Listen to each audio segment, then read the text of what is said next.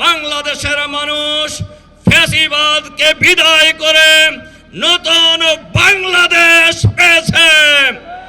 সেই নতুন বাংলাদেশের অন্তর্বর্তীকালীন সরকারের প্রধান ডক্টর মোহাম্মদ ইউনূসের নেতৃত্বে অন্তর্বর্তীকালীন সরকার গঠিত হয়েছে। আমরা লক্ষ্য করছি এই সরকার কোনো দলীয় সরকার নয়, এই সরকারকে কোনো দল বসায়নি। সুতরাং এই সরকার আমরা লক্ষ্য করছি এই সরকার একটি দলের পকেটে যাওয়ার চেষ্টা করছে। আমরা পরিষ্কারভাবে হুঁশিয়ার করে দিতে চাই যে বাংলাদেশের মানুষ ফ্যাসিবাদ মুক্ত করে নতুন বাংলাদেশ গড়ে তুলেছে।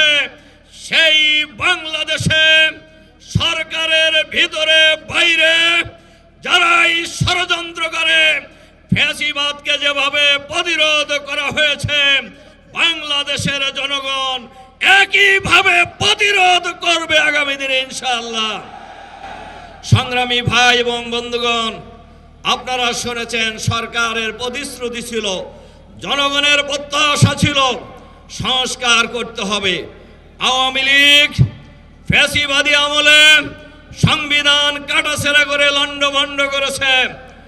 এই বাংলাদেশের রাজনীতিবিদরা বিশেষ করে একটি দল তারা বলেছে হাসিনা বন্দুকের কোর্টে বিচারালয়ের কাঁধে বন্দুক রেখে একের পর এক পাখি শিকার করছে। আমরা লক্ষ্য করছি বাংলাদেশের রাজনীতিতে বাংলাদেশের মানুষের যে দাবি জুলাই সনদ বাস্তবায়ন করতে হবে, এই জুলাই সনদ বাস্তবায়নের ক্ষেত্রে কারা প্রতিবন্ধকতা সৃষ্টি করছে জনগণ তাদেরকে চিহ্নিত করবে।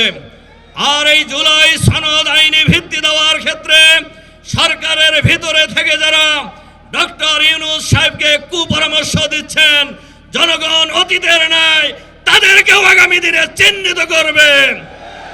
জনগণের দাবি ফেয়ার ইলেকশনের পরিবেশ তৈরি করতে হবে, লেভেল প্লেইং ফিল্ড তৈরি করতে হবে। সরকার যদি এক্ষেত্রে দুর্বলতার পরিচয় দেয়, একটি শ্রেণী আওয়ামী স্টাইলের নির্বাচন করার স্বপ্ন দেখছে, আমরা সরকারকেও বলবো তাদেরকেও বলবো বাংলাদেশের মাটিতে আর আওয়ামী স্টাইলের কোন নির্বাচন বাংলাদেশের জনগণ আর হতে দেবে না ইনশাআল্লাহ। ভোট ডাকাতির নির্বাচন, ষড়যন্ত্রের নির্বাচন বাংলাদেশের মানুষ আর করতে দেবে না। আমরা সরকারকে বলি পরিষ্কারভাবে বলতে চাই, এখনো লেভেল প্লেইং ফিল্ড তৈরি হয় নাই। নির্বাচনের জন্য যেমন আইন শৃঙ্খলা পরিস্থিতির উন্নতি হওয়া দরকার তা এখনো হয় নাই। এর বড় প্রমাণ জাহাঙ্গীরনগর বিশ্ববিদ্যালয়, একটা ছোট্ট বিশ্ববিদ্যালয় নির্বাচনের ভোট গুনতে লাগছে 40 ঘন্টা। কাজেই আমরা কেন 40 ঘন্টা লাগলো, জাতিকে আর বোকা মনে করার কোনো কারণ নেই। পরাজিত হওয়ার আশঙ্কায় ভোট বানচালের ষড়যন্ত্র করেছিল। অনেকেই আশঙ্কা করে এরকম বিজয় যদি হতেই থাকে অনেকেই নির্বাচন নিয়ে আরো জোরসোরে ষড়যন্ত্র করবে। আমরা কোন ষড়যন্ত্র বাংলাদেশে বাস্তবায়ন করতে দেব না ইনশাআল্লাহ। আগামী সকল দাবি আদায়ের মধ্য দিয়েই আগামী ফেব্রুয়ারি মাসে নির্বাচন হবে।